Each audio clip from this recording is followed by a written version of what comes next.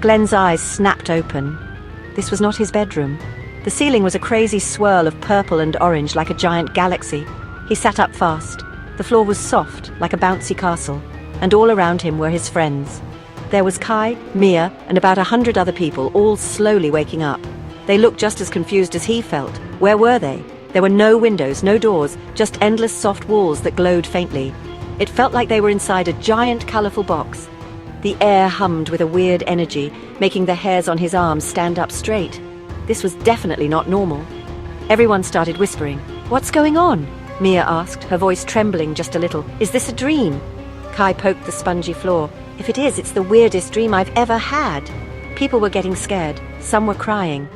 Glenn tried to stay calm, looking for any clue, any sign of how they got there. But there was nothing. Just a massive, empty room filled with confused people. It was like they had all been scooped up from their beds and dropped into another dimension. The silence was broken by a loud, echoing boom that made everyone jump. A voice was about to speak. Suddenly, a giant screen flickered to life on one of the walls. It was completely blank at first, just a bright white light. Then a face appeared. It wasn't a human face. It had eyes made of swirling stars and a smile that was way too big. "Greetings, mortals!" the voice boomed, and it was so loud that the bouncy floor vibrated under their feet. "Welcome to my realm!" Everyone stared at the screen, too shocked to even scream. This thing looked like something from a video game. It radiated power and mischief, and Glenn felt a shiver run down his spine. This was not a prank. This was real.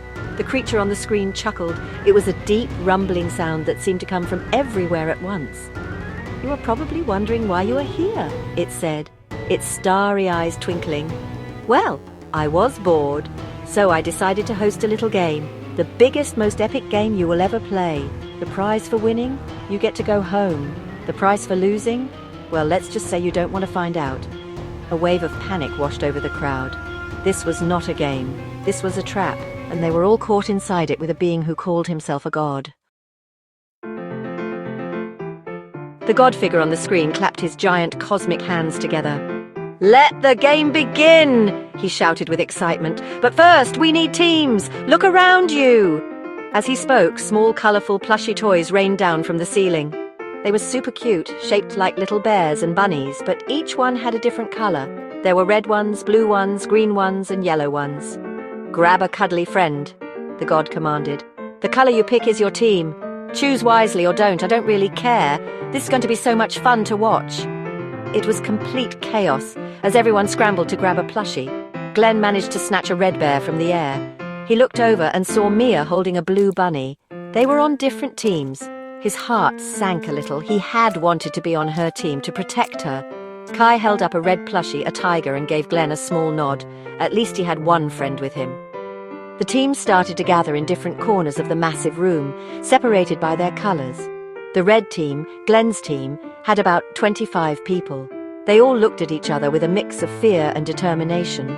They were a team now, whether they liked it or not. "All right, teams are set!" the god's voice boomed again.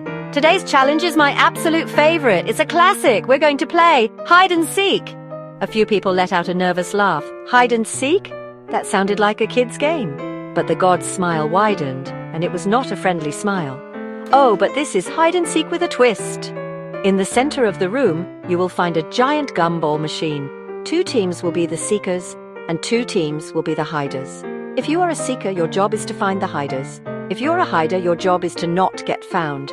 The god explained the rules. The red and yellow teams will be the seekers first. The blue and green teams will be the hiders. Seekers, to eliminate a hider, you must tag them and say, "You're out." Simple, right? Hiders, if you can survive for 1 hour without being tagged, your team is safe. However, if an entire team of hiders is eliminated, they are all out of the game forever.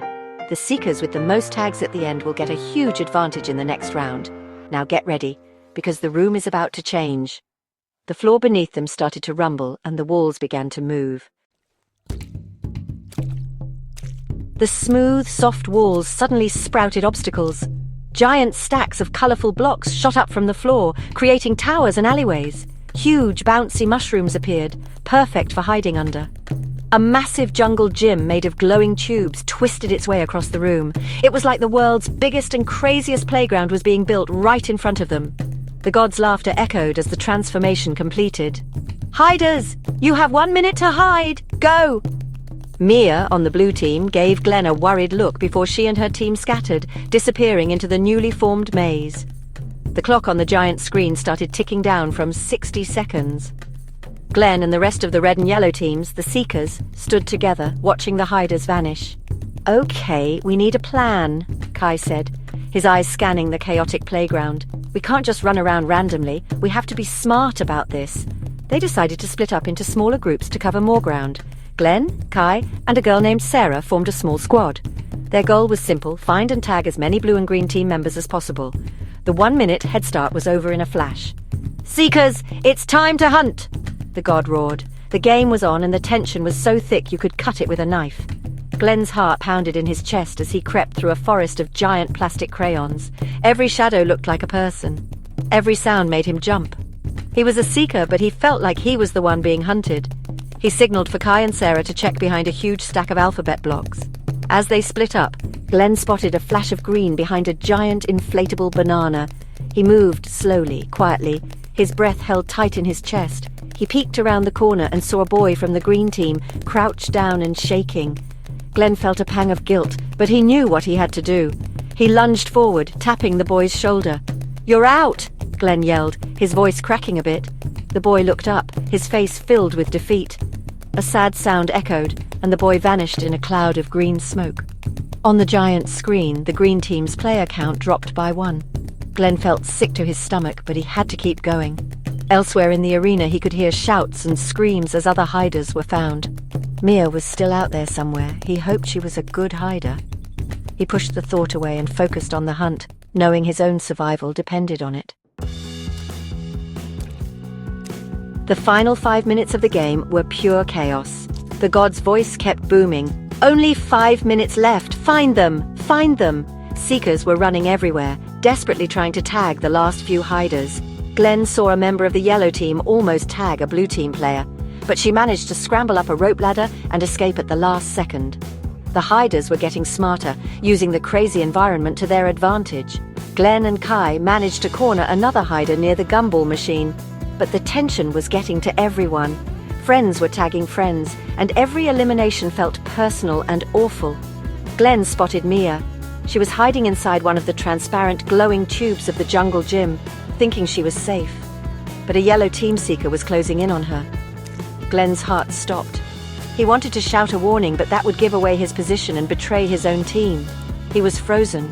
Should he help Mia, his friend on the enemy team, or should he stick to the rules of this twisted game? Before he could decide, the final buzzer blared through the arena. "Time's up," the god declared. The game was over. Mia was safe. Glenn let out a breath he didn't even realize he was holding. The obstacles retracted back into the floor, leaving the room wide open again. The results flashed on the screen. The blue and green teams had survived, but with heavy losses. 20 players had been eliminated in total, turned into puffs of smoke. The god announced that the red team, Glenn's team, had won the Seeker round by getting the most tags. Their reward was a feast that appeared out of nowhere. But no one felt like celebrating. They had just watched 20 people disappear. The survivors, including Glenn and Mia, regrouped, the mood heavy and somber. They had survived today, but what about tomorrow? As he ate, Glenn couldn't stop thinking about what had happened. He had eliminated someone. He had played the game. What was he becoming? He pulled a small, worn photo from his pocket. It was a picture of his daughter, smiling, her pigtails sticking straight out. He had to win. He had to get back to her. That was the only thing that mattered. Looking around at the tired, scared faces of his friends, he knew this was just the beginning. The god would have another game for them tomorrow, and it would probably be even crazier. He had to be ready for anything. For his daughter, he would survive.